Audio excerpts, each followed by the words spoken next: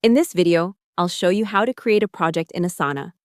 Creating a project in Asana is one of the first things you should learn if you want to keep your work organized in one clear place. A project gives you a structured space where you can manage tasks, deadlines, updates, and team collaboration without everything getting scattered. To get started, log into your Asana account and look for the Create button. This is usually near the top of the screen or in the sidebar.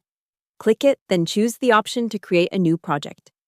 Asana will normally give you a few different ways to begin, such as starting from scratch, using a ready-made template, or importing existing work from another source. If you are new to Asana, a blank project is often the easiest place to begin because it lets you build the workflow exactly the way you want. After selecting that option, enter the name of your project.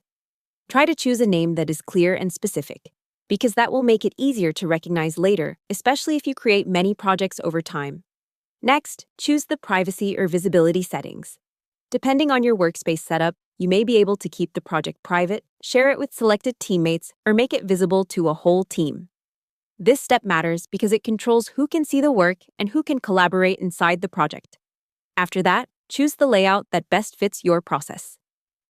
A list view is great for straightforward task tracking, a board view is useful for workflow stages, zones, and a timeline view works well when you need to plan deadlines and sequencing. Choosing the right view from the beginning makes the project much easier to work with. Once the project is created, start adding tasks. Give each one a clear title, assign it if needed, and add due dates and descriptions. You can also create sections to organize different phases or categories of work.